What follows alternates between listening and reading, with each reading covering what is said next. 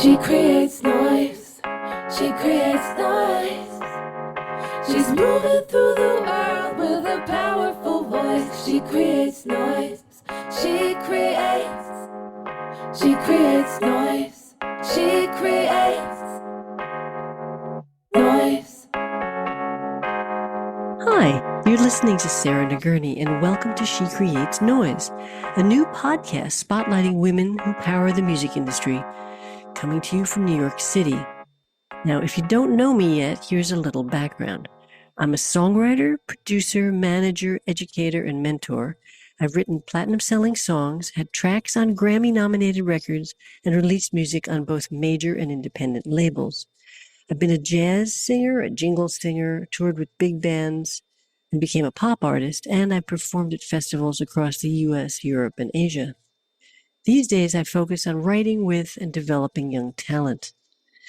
In the coming weeks, I'll be pulling back the curtain on the music industry's female changemakers. Some are close friends, others I'm just getting to know, but all have reshaped the business in profound ways. My goal here is to help listeners better understand how the music business really works, and just how instrumental women behind the scenes have been.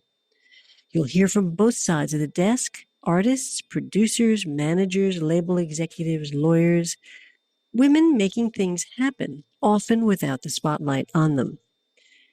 Thank you for joining me on this journey. Now let's dive in. She creates noise. Today's guest is Syreeta Thompson. Known as New York's Trumpet Lady, Syreeta Thompson is a Grammy Award-winning artist, Billboard chart topper, and master brass specialist who's redefining what it means to be a woman in music. Hailing from Chicago, Syreeta's roots span gospel, jazz, and classical, and her command of instruments goes far beyond the trumpet. She also plays upright bass, drums, piano, and trombone with equal fluency. And she's a close friend and cohort of Wynton Marsalis. Her albums Winner and Evolution of a Winner debuted at #1 on both the gospel and jazz charts, and her performances are bold as her bedazzled trumpet. Covered in over 10,000 Swarovski crystals, her 5th studio album, Taking It Back, dropped in the fall of 2024. Beyond the stage, Syreeta is a dedicated educator and advocate. She's written over 26 music education curriculums. She serves as a master music educator with the New Jersey Education Association and works in partnership with both Berklee College of Music and Juilliard to expand access and opportunity for young musicians. Her upcoming documentary, Blow Your Horn, Making Music in a Man's World, aims to amplify the voices of female instrumentalists, producers, and songwriters who haven't yet gotten their due. Syreeta Thompson is not just a performer, she's a leader, a mentor, and a movement. Please welcome her here to the podcast. She creates noise. Today, I'm so glad to have Syreeta Thompson here. We're going to be talking about her amazing journey and all the incredible, interesting things that she has done. And I kind of want to turn it over to Syreeta to tell us about growing up in Chicago. I was wondering what first drew you to trumpet, and how did your family, education, and early influences shape your path in what's often considered a male-dominated space? Well, first starting just with my name alone, being named after a very famous singer, Syreeta Wright, who was the wife of Stevie Wonder, the famous Stevie Wonder, Syreeta Wright. My dad was a music enthusiast, and he absolutely loved her music. And at the time, he and my mom, they couldn't figure out what to name me. And so he loved her music, and he said, well, why not Syreeta? And that's how it came from birth, And so I grew up in a somewhat musical family, not directly from my dad loved jazz. He loved jazz. He loved Art Blakey and the Jazz Messengers. He loved straight ahead jazz. And then he also just loved music like I was in the 60s and 70s, Temptations, that whole era. My mother is a huge Marvin Gaye fan. And so growing up in that household, I would say even at a toddler, music was always around me. So I couldn't escape it. And then when I went to school every kid has to pick out an instrument to play. And so I first started out on the clarinet. And that was a huge disaster because I couldn't get across the break on the keys. And then you have to buy these reeds to go on the mouthpiece, every so often. Of course, I was breaking all of the reeds because breaking all the reeds. And so I had to find an instrument that kind of fit me. And the trumpet was kind of hard, but it was the loudest instrument in the band. And I was like, oh, I think I can do this. You want to be heard. I want to be heard. I mean, who can hear someone on a clarinet, She creates noise. And so I said, okay, I think I could do this. Even it was a little tough. So I started definitely in middle school in the 7th grade. I started in the school band playing. I think I was the last chair, because when you're in middle school playing, you have to either be first trumpet, second trumpet, third or fourth trumpet. And I was like fourth trumpet because I wasn't that good, and it was, And so my mom had got really tired of me from the clarinet and all of those challenges. And so she said, now look, listen here. I'm not going to keep on buying these instruments. You're going to have to find an instrument to play. And if you're serious about it, you're going to have to take it to church and play. And I'm like, okay. Now I didn't know anything about playing a trumpet in church. I didn't even know any notes on the instrument. And they would do something like a praise dance, and I only knew one note, and I would go, dee, dee, dee, dee, dee, dee, dee, dee. I would just be making up some dee, dee, dee, dee, dee, dee, to what they was doing. I mean, it was definitely catastrophic. And then and that was actually 8th grade to 9th grade. And so I went to a performing arts school, and before I even took any trumpet lessons, I had to take my trumpet to church every Tuesday night for Bible study and on Sundays for church.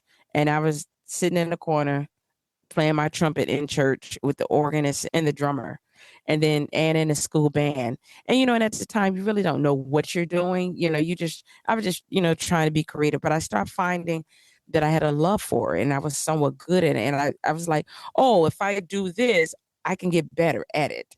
And then once you start performing in the school bands and going to concerts, you start becoming more interested in it. And what is it that you do? And so from there, I started studying private lessons with a trumpet player named Rob Magaha, who taught at the Sherwood Conservatory of Music. I started trumpet lessons with him, and I studied privately at the Sherwood Conservatory of Music. And then I studied privately with Mr. Vincent Chikowith of the Chicago Symphony Orchestra. And so studying with them gave me more of the technique side of playing. Playing in church, it was more the jazz training, playing by ear, but playing, because you have to have both. And at the time, I didn't want both. I only wanted one side, but I didn't know you need one to get the other side. So I had to learn all my scales, which I just did not want to learn all my scales. That meant practicing, right? Because I wanted to do the music I wanted to do without practicing, having to put the time in. So, but I had to figure it out that this is what it's going to take to get to that. So I had to buckle down for some years and learn all of my scales, all 12 of my major scales, my minor scales, and things of that nature. And then during that time, I was still playing at church. And then I would go sit in at the Art Institute in Chicago, and they would let me sit in. I would just come down there on a Tuesday night, and I would sit in playing the blues. I didn't know what I was playing, but they was always so cheerful. They just loved everything I was doing. So I ended up doing it. And then from the rest of history, I went to Southern University and studied with Alvin Baptiste. And then I came up to Rutgers, New Brunswick, and I studied with Bill Fielder, who taught Terrence Blanchard and Wynton Marsalis. He's who really honed me in on enhancing my technique. And actually, he took me back from learning scales. I had to really redo my technique of airflow and the basics and the real fundamentals of playing the instrument and learning the instrument, if that makes sense. So like, for example, for a whole semester, we never played a note. All I did was blew in a spirometer to build my strength and then the air. And then the second semester, we played in the mouthpiece. I didn't touch the trumpet till the second year with Bill Fielder, and we still never played any concertos. We worked on the technique of airflow for 2 years straight. That's amazing. She creates noise. Well, it paid off. We wanted you to do it the right way. Yeah, You wanted me to do it the right way. And so from there, while I was an undergrad, I really took the time to really study music and all of its entities and what it all entailed in terms of the craftsmanship of everything. It was very important to learn the craftsmanship and the beauty of the instrument and the beauty of music, during that time. Most artists and musicians, they don't want to do that. They want to get to the fast track or the glitz and the glam. But I have to really take those years to develop the craftsmanship so that I can be who I am today. Amazing. And all that hard work just really paid off. A lot of hard work and a lot of knowledge that went in. And then in grad school, I went to get my master's degree from NYU, New York University, and I studied with Frank Foster, who was the conductor of the Count Basie Orchestra. I studied also jazz composition and arranging with Frank Foster. And so studying with him taught me how to arrange and in various styles of arranging like four-way close, little technique things. And while I was there, I connected with Hezekiah Walker, the gospel artist. I connected with him because I needed a church to go to. Because I was just so used to playing in church because I grew up playing in church. I didn't know any better. I just knew that I need to be playing in church on a Sunday and go to school because that had been my path from elementary, middle, and high school.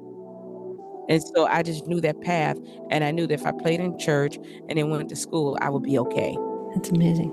Something I was going to talk about is how you have blended these genres. You've blended the fusion of jazz and gospel. And I think you said something that you're the only gospel woman playing trumpet. Yeah, well, it's funny. In gospel, they say I'm a jazz. And in jazz, they say I'm gospel. But I definitely have gospel music influence in my music because that's how I was raised. I was raised in the church. I was raised in the Pentecostal church where women did not wear pants and wear fingernail polish. And look, today I have, fingernail polish on. So, and I can't deny my roots. And then my family, on my mom side, they're from Louisiana. So having those musical roots in Louisiana, you just it's undeniable. Because I think you had said there was some connection to you and Wynton Marsalis. Mm-hmm. Yeah, well, I met Wynton in 1989. And matter of fact, in 1992, and I walked up to him and I told him I didn't want his autograph. I wanted a trumpet lesson. And he looked at me, he said, okay. And he gave me a trumpet lesson. And then when I got to New York to give him a call, I gave him a call, went up there to his apartment, sat there, got another trumpet lesson. He gave me his raggedy trumpet case. Aww. And it was the best thing ever for me. That's great. It was the best thing ever. It was the best thing ever. Have you stayed in touch at all? Yeah, absolutely. We always in contact with each other. I'm like Syreeta. I want to mention your albums Winner and Evolution of a Winner, which topped both the jazz and gospel charts. And again, we were saying that you are the only woman trumpet player in the gospel field. I know it's a personal story, which you've described. And it's so interesting that you make this fusion of jazz and gospel, as you were saying. So it's something you do because it's how you were raised. It's who you are. Yep, absolutely. And what I've learned in music is that, you have to be who you are. And I've had to learn to embrace my musicality. I am a classical trained trumpet player, but also I'm a jazz trained trumpet player with gospel music roots. And that's who I am. And most people don't hear the classical side, but they hear mostly the jazz and the gospel side. But my classical side, because I have a very fat sound, what they consider a fat sound on the trumpet, that's the classical side, even the classical side with holding long notes, the technique of the trumpet. Now, you have a partnership with Berklee College of Music as well as Juilliard, which is incredible and impressive. And your self-image, I was watching some of your, videos or films. You describe yourself as a winner, and your passion for mentoring others to see themselves the same way is really inspiring. Where does that mindset come from, and how do you keep that energy alive amid the pressures of the industry and being a woman, which of course is an uphill struggle in the musician world? Tell us a bit about that. Well, I think first of all, it takes time to get to know your lane. And once you find out what your lane is and you're comfortable in that lane, it's about staying consistent in that lane. That's what it's about. And so for me, I don't try to reach over and be a part of anybody else's lane but mine. And so, however, if I can be a mentor and help somebody else out, then, definitely so be it. But for me, it's about staying in my lane and being a consistent artist and musician. She creates noise. In that video that I watched, and I was actually very moved by it. I think you were talking kind of to the people you mentor, to children, and you want them to see themselves as a winner. And I thought that was really moving, because it's just really tough out there, and for a lot of young people. And Yes, because if you don't see yourself as a winner, who else will? The first winner is inside of you, and it's also a part of self-investment. And if you don't invest in yourself, whether it's for your health or your education, who else will? So that's the winner inside of you. And winners evolve, but winners never quit. You were not a person that would ever quit. I can see that written all. No, I never quit. I may get some setbacks, but I never quit. Yeah, you're very impressive. Now, your custom trumpet, encrusted with over 10,000 Swarovski crystals, is more than an instrument. It's a visual statement. What inspired that bold design, and how does it play into your music, your recent release, and you? Well, that design, actually, my mother actually helped design that, because we wanted to do something, the collaboration with Swarovski, where it ignited in lighting on stage. So each crystal, actually one crystal is like $15. Yeah, and it's 10,300 of them. Oh my goodness. Yes, so you could do the math on that. But each crystal is an iridescent.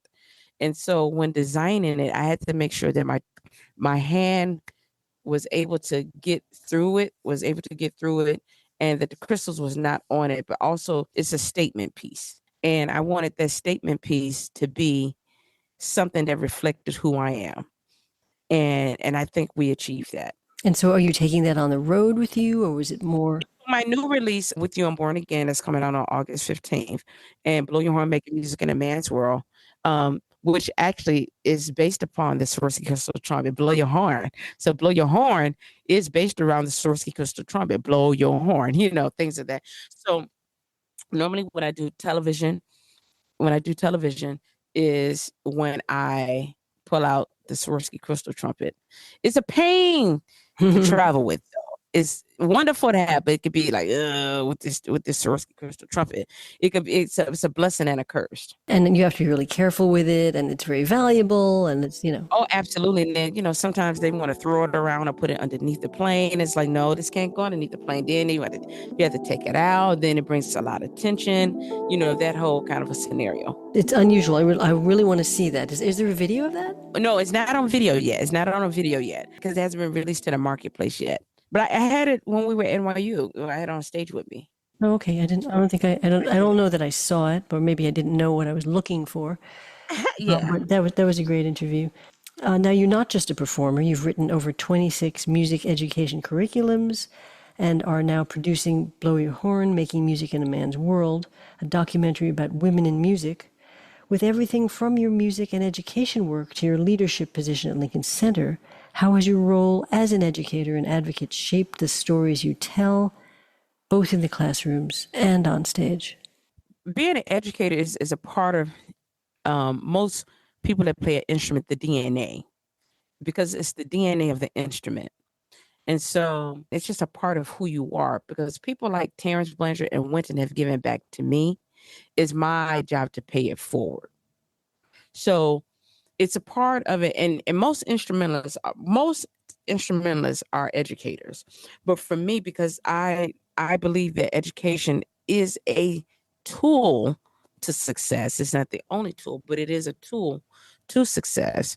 I believe that it's a very powerful tool, and it's a tool that needs to be consistently exercised. For me, someone that does the work, put in the time, my philanthropic side, it's just a part of my DNA, and I just do it. I just wear the hats. When you have a passion about something, and some things is a part of it, you just do it.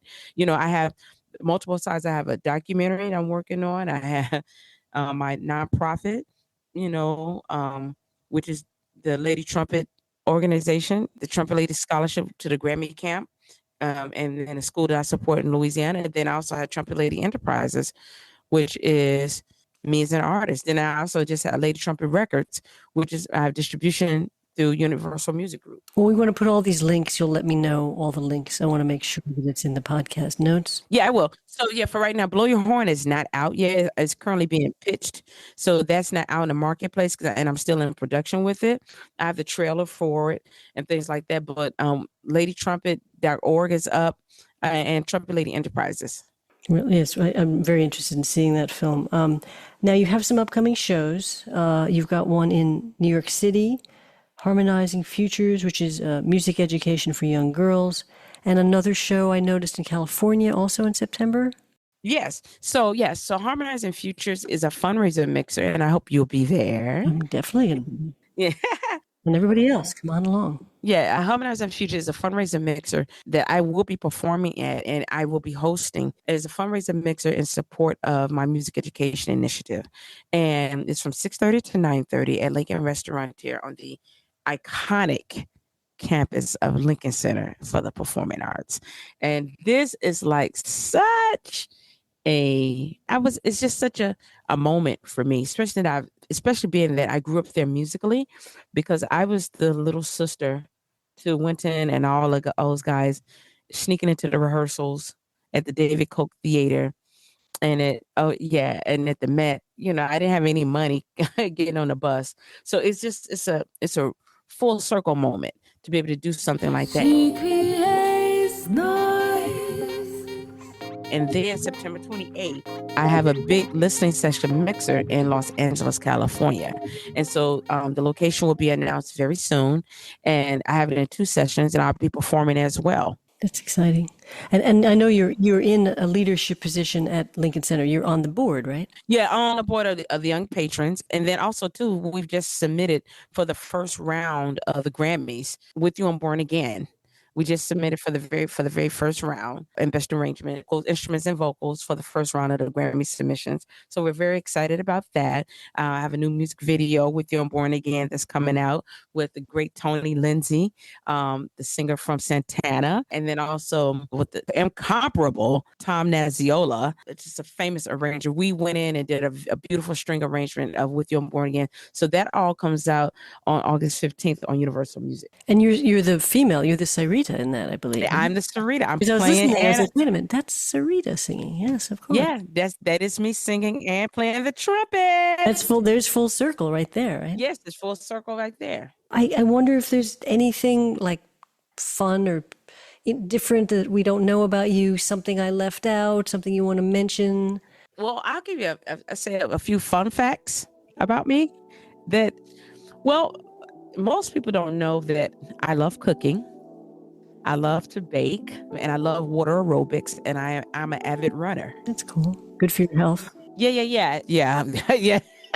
But I love cooking. I love baking. I rarely eat out at restaurants, because I love to cook all my food from scratch. That's good. So what's something favorite thing you like to cook? I like to make homemade pizza. So you make it from scratch, the dough, and I make the dough, everything from scratch. And I love to bake. I make a very mean cheesecake, strawberry cake from scratch. I love, cooking it relaxes me. She creates noise. I recently partnered with the Grammy Museum. I have an amazing partnership with them. There's some really wonderful things that's going to be coming out of that. And I'll have another release coming at 26 where I redid the Beatles' Drive My Car. And so I'm looking forward to that release, and I can't wait to share who's going to be the surprise special guest on that. 26 is going to be absolutely phenomenal. And I have Christmas music coming out. Christmas time is here. That'll be out in October. So I have some things working. And that's all on Universal. That's on Universal. That's all going to be on Universal. That's great. Yeah. All going to be on Universal. I feel like we'll have to do another one when all that other stuff comes out in 26 and talk about your next level of stuff. Yeah, I love it. It's really great to have you here and to get a sense of what you've been doing, and I really appreciate you joining me. No, thank you so much for having me. She creates noise. I'd like to thank today's sponsor, Heard City, the premier audio post-production company servicing the advertising, motion picture, and television industries right here in NYC. I'd also like to thank Ann Tello, aka XO Ann, for singing the She Creates Noise theme that I wrote. Thanks for listening to She Creates Noise. If you enjoyed this episode, be sure to subscribe, rate, and share. I want to thank the team here, Blair Reinley, Yelena Stavanovich, Emily Wilson, and the Master of Engineering and Grammy-winning Cooper Anderson. We'll see you next time. She creates noise. She creates noise. She creates noise. We hear her voice. She creates